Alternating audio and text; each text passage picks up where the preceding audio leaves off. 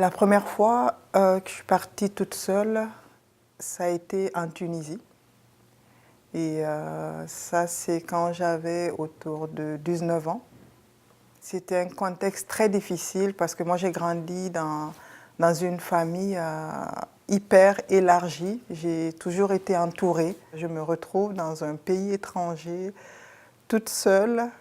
Je ne savais même pas par où commencer. C'était un gros défi. Il a même fallu beaucoup de préparation pour affronter cela. Toute ma vie a été un hasard. J'ai jamais rien choisi, pas même de parler français, tu vois. Et à un moment donné, il y a quelqu'un qui est arrivé au bureau et qui partait pour le Canada. Et j'ai dit, mon Dieu, chanceux. Et le médecin qui était à côté et qui regardait les dossiers, bon, si vous voulez, on vous amène. Ah oui, j'ai dit, comment ça? Il dit, on part en vacances au Canada, au Québec, pendant 2 mois. Et ils avaient 2 enfants, et il m'a dit, moi, j'aimerais ça que mes enfants continuent à parler italien les 2 mois de vacances. Alors, si vous voulez, on est avec nous. Je suis partie avec eux 8 jours. Alors, j'ai passé 2 mois avec la famille du docteur Pichet. Hélas, je ne les ai pas revus. Je suis partie à cause de la guerre, bien sûr, comme beaucoup de Libanais. En 1976, c'était vraiment une grosse bombe de guerre. C'était partout. C'était une guerre civile à ce moment-là. Et puisque j'adore le Liban et j'aime le Liban, puis je vais l'aimer pour l'éternité, je voulais embarquer avec la milice pour défendre le pays, pour pas qu'on nous l'enlève. Et ma mère s'est inquiétée beaucoup. Et elle a dit... elle a appelé mon oncle qui vivait ici à ce moment-là au Québec, puis elle lui a dit, si tu ne veux pas qu'on la perde, il faudrait qu'on quitte le Liban, ce qui a fait que nous avons quitté le Liban vers Chypre, de Chypre en Grèce. À chaque pays, on restait 1 mois à peu près pour faire nos papiers. Et ensuite, nous avons atterri à Montréal, puis de Montréal à Québec. Ça va faire bientôt 10 ans. En 2010, mois de juin, je suis arrivée ici au Québec. C'était comme une nouvelle aventure. Je vais rejoindre mon mari. Fait que c'est comme je vais commencer une nouvelle vie. Peut-être changer toute ma carrière. Faire des études. C'était comme un challenge pour moi. Mais quand je suis venue ici, c'est là que je sais que je dois faire des recherches. C'est sûr que le gouvernement il offre une semaine d'accueil pour nous montrer l'acheminement, ce qu'il faut faire pour préparer paperasse, connaître des organismes qui peuvent t'aider à trouver un job temporaire. Fait que ça m'a aidé beaucoup la première semaine. J'ai rencontré plein d'immigrants d'autres pays internationaux, fait que c'était une expérience. J'avais 11 ans. J'ai quitté mon pays. Au Népal, camp de réfugiés. Avec parents, on a quitté notre pays à presque minuit. Puis les enfants s'endorment, mais quand quitter le pays un peu triste, Dieu n'est pas choisi pour tout ça, mais jamais j'avais 11 ans, personne, les enfants n'ont pas choisi comme ça pour quitter le pays à cause de guerre. On a quitté notre pays. Premièrement, on a passé l'Inde. On va passer à l'Inde de frontière. Après, se trouver au Népal. On a ensemble la famille, les soeurs, les frères, avec parents, papa, maman. On a quitté comme ça avec un grand camion. J'étais venue ici plus pour connaître la famille de mon chum, qui était québécois, que j'avais connu au Chili. Puis pendant ces voyages, est arrivé le coup d'État militaire, qui c'est le pire des coups d'État coup d'État qu'il y a eu le Chili, là, avec Pinochet à la tête. Donc, des assassinés, des persécutés, des torturés. Et puis là, c'était dangereux pour nous de retourner. Puis bon, ça a commencé comme ça. Puis c'était dur. Et penser que tu ne peux pas revenir au Chili. Tu sais, j'avais tout mon monde, ma famille, tout le monde. J'ai vécu comme beaucoup de migrants, je pense, le syndrome del pied dans la valise et l'autre dehors. Parce qu'on ne savait pas quand est-ce qu'on allait repartir. Mais on allait repartir, on était de passage. On ne venait pas s'installer.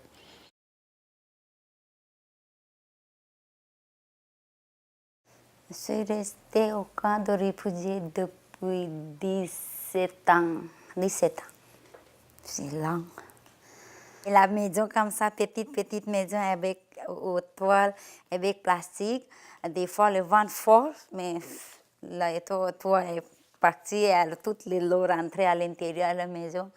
Avec les enfants, des fois difficile pour comme ça. Toute la nuit, on a resté un coin, des fois comme ça. La nuit commençait, sortir à l'éléphant dans le camp de réfugiés, rentrer l'éléphant des couleuvres, des dangereuses des couleuvres, cobras, et vraiment, vraiment dangereuses des moustiques, fly, tout ça, mais vraiment difficile pour maladie.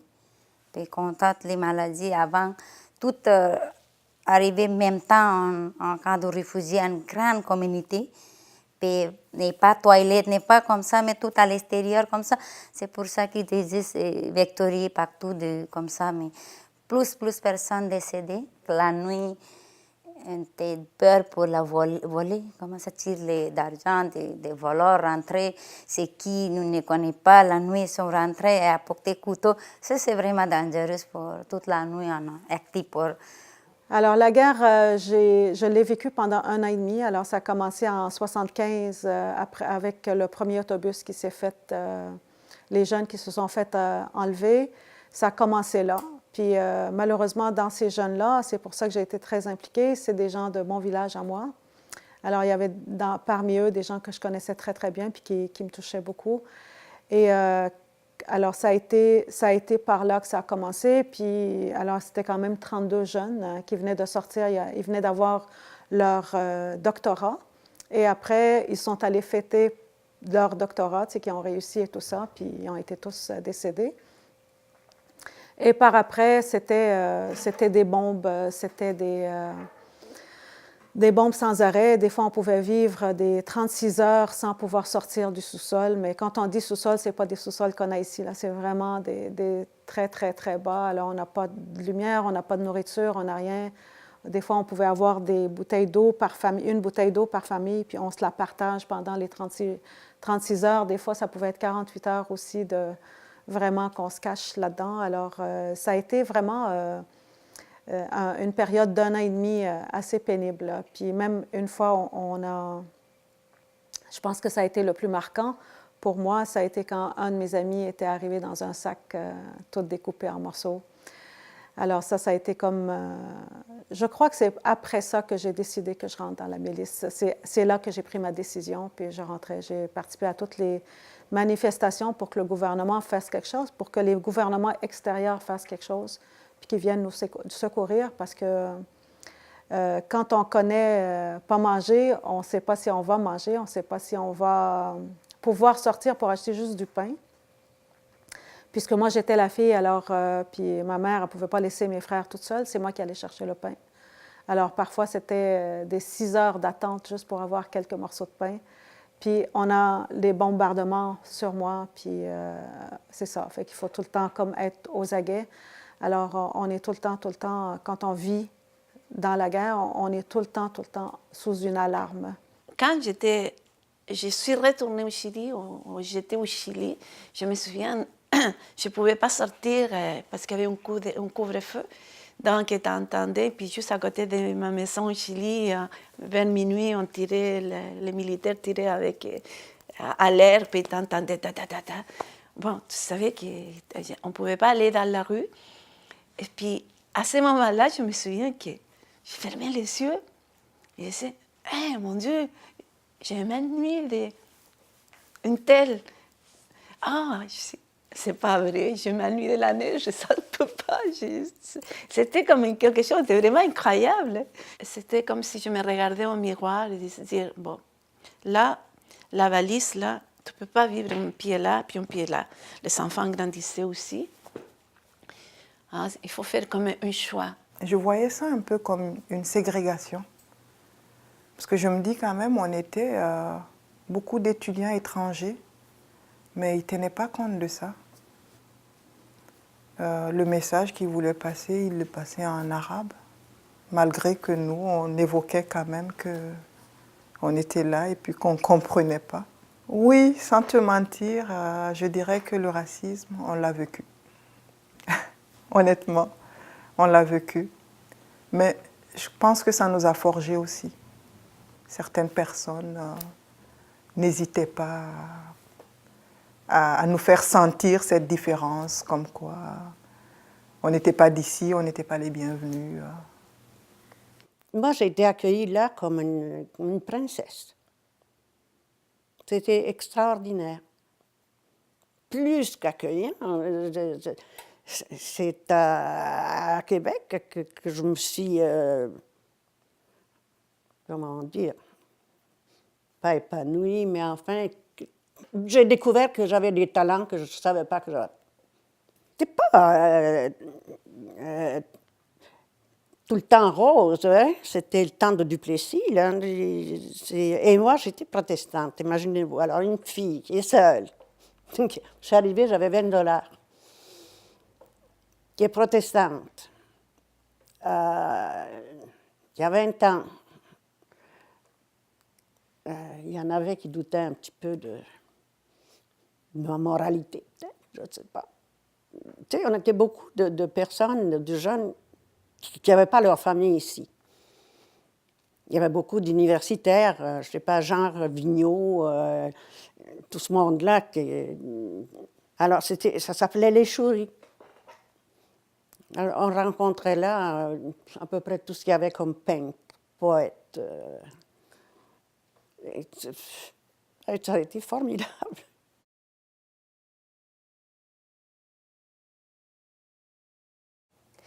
Quand je suis arrivée, c'était 12 heures du matin, mais le lendemain, je me suis réveillée, j'ai sorti, j'ai trouvé ça waouh. C'était en plein été, c'était mois de juin.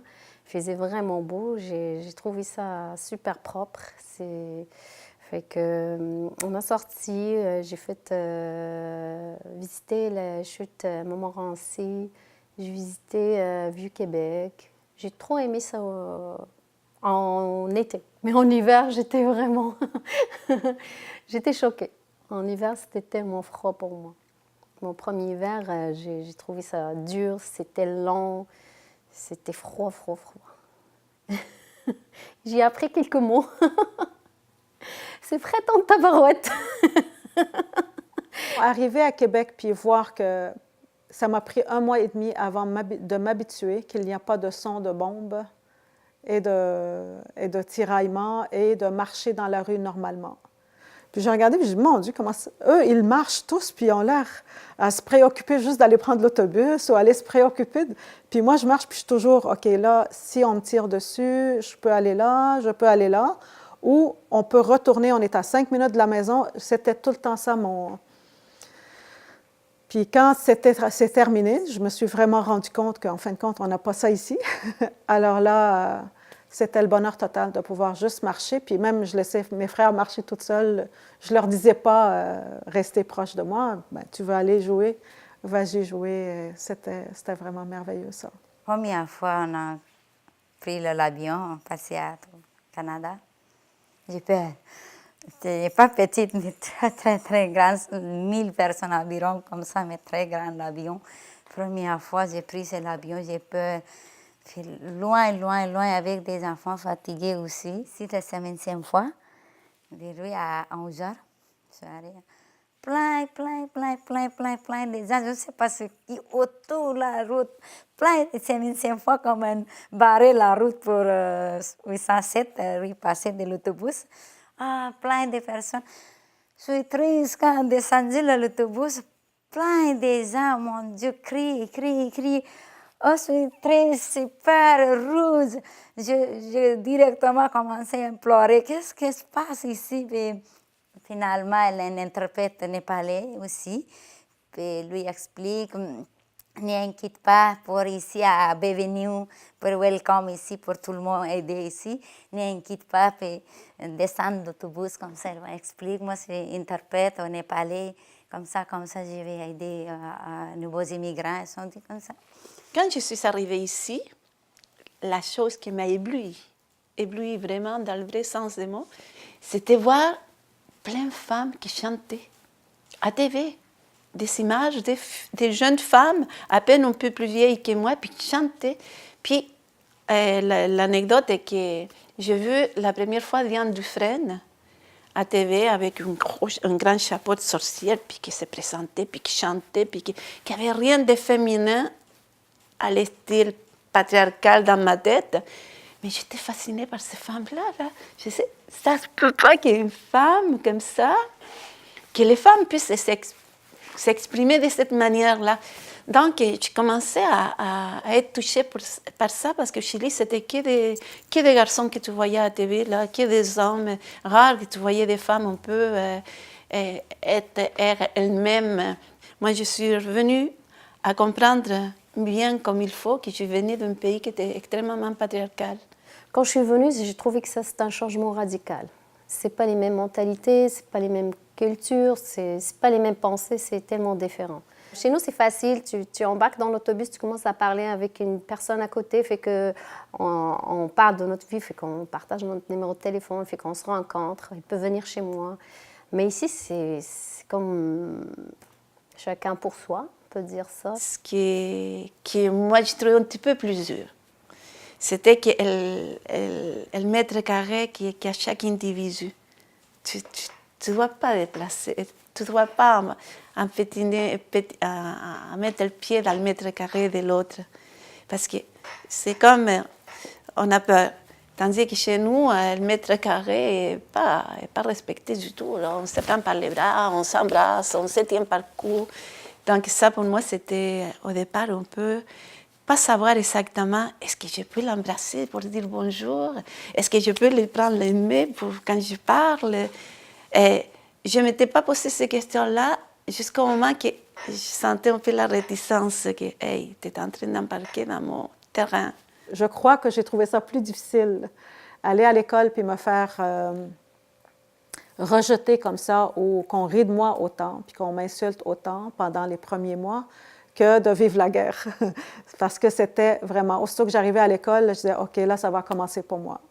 Puis c'était toute la journée, jusqu'à temps que j'arrive à la maison. Puis je crois qu'il n'y a pas une journée que je suis arrivée à la maison sans pleurer, tellement que c'était très difficile pour aller, puis que je suppliais mes parents qu'on retourne au Liban. Je voulais retourner. J'ai dit, c'est pas grave s'il y a la guerre. Au moins, on s'habitue, puis au moins là-bas, je suis aimée. Ici, je suis rejetée, jugée. Il n'y a personne qui m'aime. Les insultes étaient vraiment très, très flagrantes. Jusqu'à temps où Dieu m'a bénie avec... mon père avait décidé d'acheter une pâtisserie avec mes oncles. En fait, c'est mes oncles qui ont décidé d'acheter une pâtisserie pour justement nous regrouper. Puis quand j'ai commencé à travailler, mais là, les gens, ils venaient puis ils disaient tout le temps « Merci de tout ce que tu nous expliques, merci de tout ce que tu nous amènes. » Alors, j'ai passé de quelqu'un qui est complètement... qui vaut rien, c'est ce que je croyais, c'est ce qu'on m'avait fait croire, puis j'ai cru, jusqu'à être une personne où j'ai de la valeur. Ce que j'ai compris en voyant le contraste des deux, c'est il n'y a personne qui peut définir qui je suis que moi-même. En fait, ce que les autres pensent de moi n'est pas moi. Ce que les autres pensent de moi, c'est leur pensée, ça leur appartient, ça ne m'appartient pas. La seule chose qui m'appartient, c'est qu'est-ce que j'ai le goût de vivre, qu'est-ce que j'ai le goût d'expérimenter, puis qu'est-ce que j'ai le goût de ressentir dans moi. Et là, j'ai choisi, en fait, j'ai fait comme le choix, je choisis de ressentir des gens autour de moi, des gens qui aiment me voir, qui aiment être avec moi, puis qui sont heureux d'être autour de moi. Alors, c'était dur au début de trouver un travail, vu qu'il demande toujours l'expérience québécoise, mais au début, personne ne t'offre cette opportunité. Il n'y a personne qui engage une immigrante qui vient d'arriver. J'ai commencé à faire du bénévolat dans des restaurants, pas restaurants, mais c'était comme un organisme qui aide les personnes qui ont un faible revenu à leur offrir des repas. Ça m'a donné comme une idée comment on peut travailler en équipe avec des Québécois. Ça m'a donné une chance de connaître du monde. C'est à cause de ce monde que j'ai trouvé ma première job. Fait que j'ai travaillé dans une résidence pour les personnes âgées. J'ai fréquenté du monde qui sont très sympas. J'ai beaucoup aimé vraiment les personnes âgées. Ils sont ouverts, ils veulent toujours savoir tu es de quel pays, qu'est-ce que tu as fait dans ton pays, pourquoi tu es venu ici, est-ce que tu as de la famille ici. Fait que j'ai trouvé plus chaleureux. Ils mènent une discussion avec toi. Tu ne te sens pas que tu es une personne étrangère, fait qu'on ne veut rien savoir. Au Canada, mes diplômes n'étaient pas reconnus. Alors j'ai dû repartir à l'université en sciences infirmières. C'est quelque chose qui ne me rejoignait pas trop.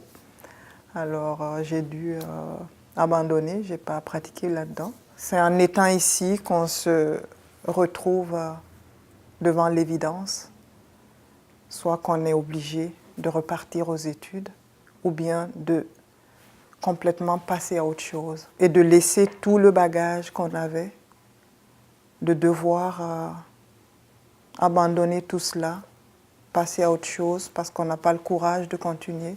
Moi, j'ai failli le faire. Maintenant, je me retrouve comme intervenante psychosociale et ce que j'aime, ça me rejoint beaucoup et puis j'aime faire ça. J'aime beaucoup.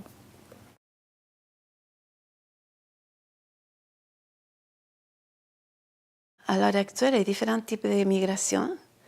Il y a l'immigration par le désir des changements, de connaître, d'aller ailleurs. Et elle est présente, mais peut-être elle n'est pas la majoritaire. Tu as l'immigration qui est comme celle de ma génération, qui pensait aller y revenir. Tu as l'immigration aussi de la famille qui vient rejoindre l'un ou l'autre qui a quitté.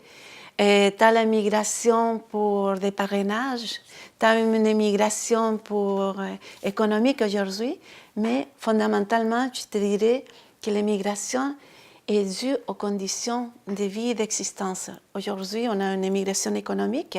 On dit économique, mais on ne peut pas dire qu'elle n'est pas politique.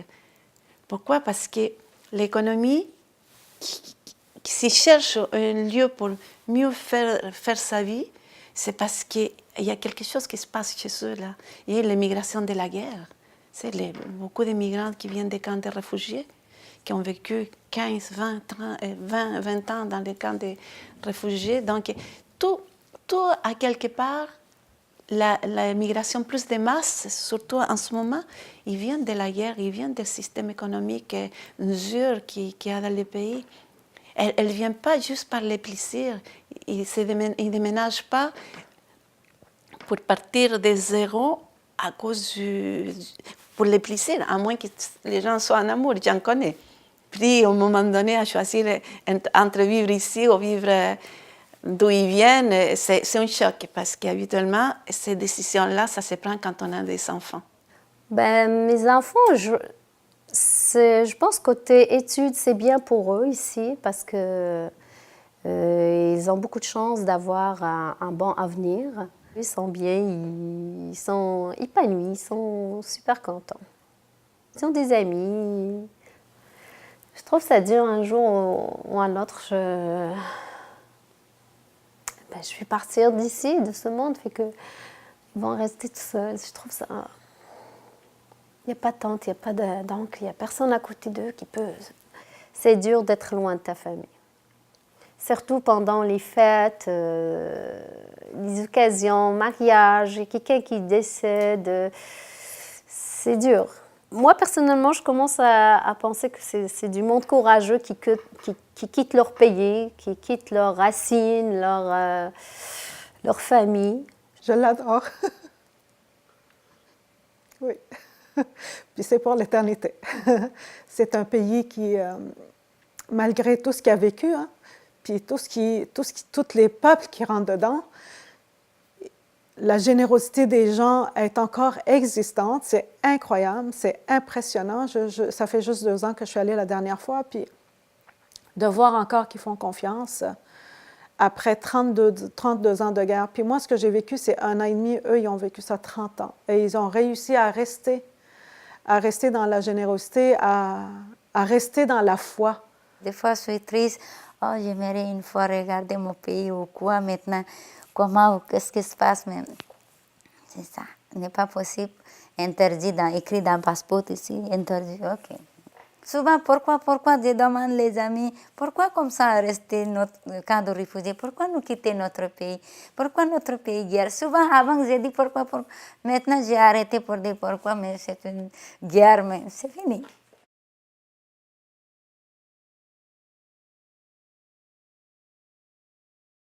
On ne parle que d'argent, du fric.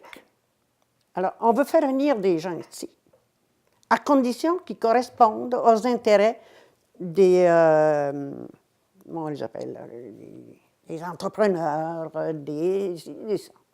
c'est ça. Si tu ne fais pas l'affaire de quelqu'un, ben, tant pis pour toi. Moi, j'entends ça à la radio tous les jours. Ils disent, ils n'ont même pas honte de le dire. Quand vous pensez que il y a des personnes qui attendent 2 ans, 3 ans, 7 ans pour avoir, pour que leur dossier soit ne serait-ce que évalué. Et si tu n'es pas accepté, tu as tout perdu. C'est pas une aventure, c'est pas une idée qui te vient un jour là, de dire je m'en vais dans un autre pays. Tu sais. Fondamentalement, je ne crois pas que les frontières sont à l'intérieur, naturellement, dans les êtres humains. Non. Elles ont été créées. Puis, quand tu crées quelque chose, quand tu l'imposes et quand tu vis là-dedans, tu arrives à te convaincre que c'est ça. Alors, c'est sûr qu'on va dire, mais ouais, mais on parle, on a des langues différentes, on a des accents différents, mais il reste qu'on vit avec, dans lesquels ça nous a été imposé, puis ça vient de très loin. Freud, il dirait qu'on a tous un super moi, là. C'est-à-dire quelque chose qu'on nous inflige. Ça dépend de quelle culture tu sors. Qu'est-ce qu'on t'a inculqué comme valeur? Parce qu'à la naissance, on s'en fiche-tu d'être noir ou blanc? Mais après, qu'est-ce que tu veux? Moi, j'ai vécu le fascisme, je sais ce que c'est, se faire inculquer des choses dans la tête. Jusqu'à aller à détester quasiment tes parents parce qu'eux, ils ne sont pas fascistes. Alors, on est victime de ça, et est-ce qu'on s'en débarrasse? Je ne pense pas. Giovinezza, giovinezza, primavera di bellezza, giovinezza, giovinezza, tu avrai la libertà. En tout cas, capitaine, je ne veux pas de pain, donne-moi des plombs pour mon musquet, pour mon fusil. On avance, on ne recule pas. Je refuse même de manger, mais j'ai besoin de plomb pour mon fusil. Hein? Ce que tu fais avec du plomb dans ton fusil, tu vas tuer les autres. Tu mettais un uniforme fasciste sur le dos d'un pire imbécile de la rue, puis c'était lui qui dictait tout. C'était effrayant. Ce que j'ai compris le plus, c'est le système. Et c'est au niveau des ordres. C'est là que tout se crée. Puis de faire, détricoter tout ça, c'est toute une vie. Mais mes enfants, ils le font aussi, mais j'espère que le petit, là, qui a 4 ans, il va être capable aussi de tricoter ce qui nous vient empoisonner, là. Les mots de réfugiés suivent vraiment mal le corps, comme ça, les réfugiés. Aucune personne, j'ai prié la Dieu pour tout le temps, n'est pas donné la vie de réfugié à aucun pays, aucune personne. C'était mal fait. C'est triste pour les noms. Seulement, j'écoute les noms réfugiés. Oh. J'ai tout fait, de certaine manière, pour adopter le pays. Parce qu'il y a beaucoup de choses que j'aime d'ici, pour l'adopter. Mais aujourd'hui, je sens qu'on me rappelle que je suis une immigrante. Et pourtant, ça fait longtemps que je suis ici, là. on est dans une période où il y a une montée de l'intolérance. Et puis cette montée de l'intolérance, moi je pense que c'est créé par le système économique qu'on est en train de vivre. Des fois, ça me touche que même si tu es canadienne, tu travailles, tu payes tes taxes, tu vis comme un Canadien. Mais dans le fond, tu es toujours une immigrante qui vient d'ailleurs. C'était pas compliqué comme maintenant. Là. Il n'y avait pas 50 000 trucs à passer. Je pense qu'il n'y avait pas non plus autant de préjugés, autant de... À un moment donné, tu es porté à dire quelque chose, à formuler un jugement, et puis là tu réfléchis 2 fois, là, puis tu tournes la médaille, puis tu vas voir que c'est pas tellement ça. Il y a plein de philosophes qui se penchent là-dessus. J'allais pas dire de politiciens, parce que ils font ça un peu à la légère, je pense.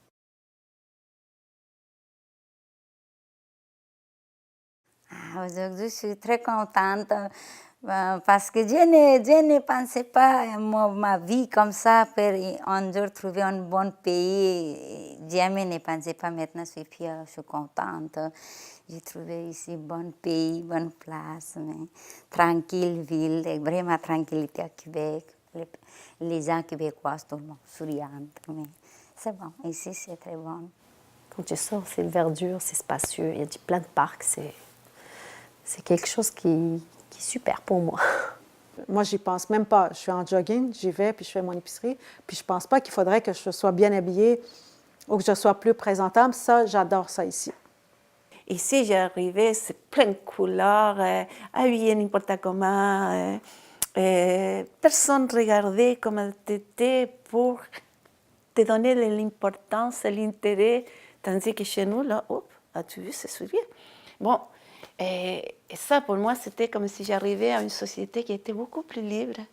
Libre de, puis je dirais encore, libre de toute sa formalité lourde qui pèse sur les individus.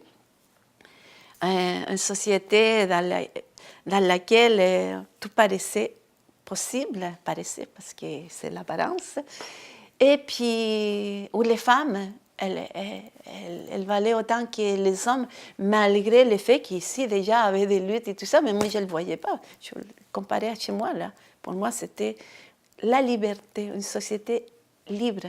Ici au Canada, honnêtement, je me suis sentie beaucoup mieux par rapport à tous les pays que j'ai parcourus. J'ai eu une chance inouïe. Moi, j'étais comblée ici. Je dis pas ça pour flatter. Hein? Je râle l'hiver quand il y a trop de neige, ça c'est évident comme tout le monde. Mais j'ai fait une vie extraordinaire que j'aurais pas pu faire en Italie.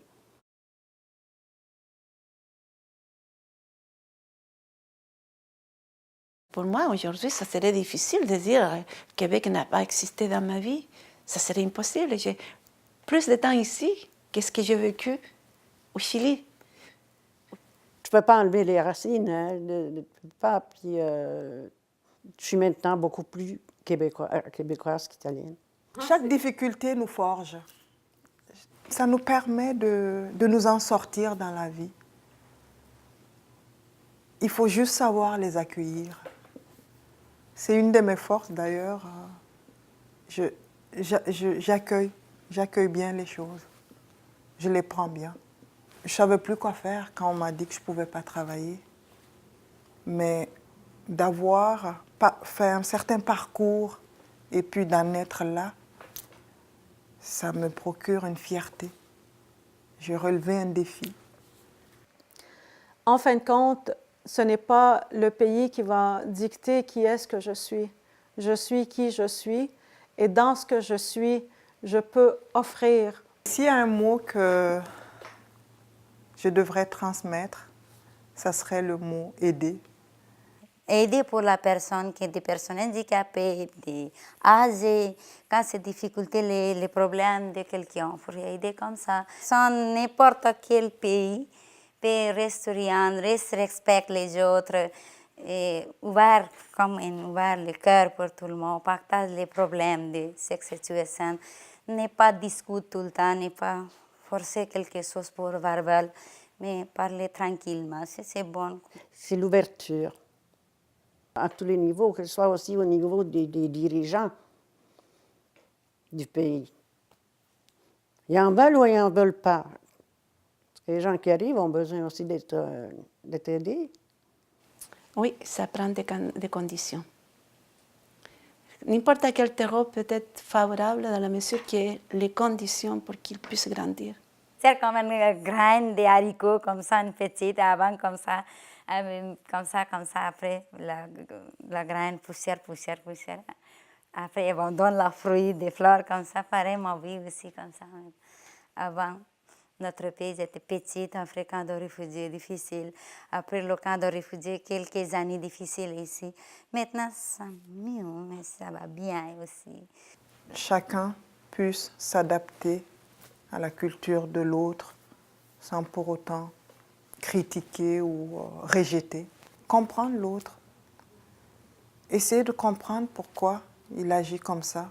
Essayer de comprendre pourquoi il a fait ça. Et il faut toujours penser à tout le bien qu'on a. La santé, la paix, plein de choses qu'on a, qu'on ne l'observe pas vraiment. C'est comme quand on tombe dans un petit problème, c'est là qu'on constate qu'on est beaucoup mieux par rapport à d'autres.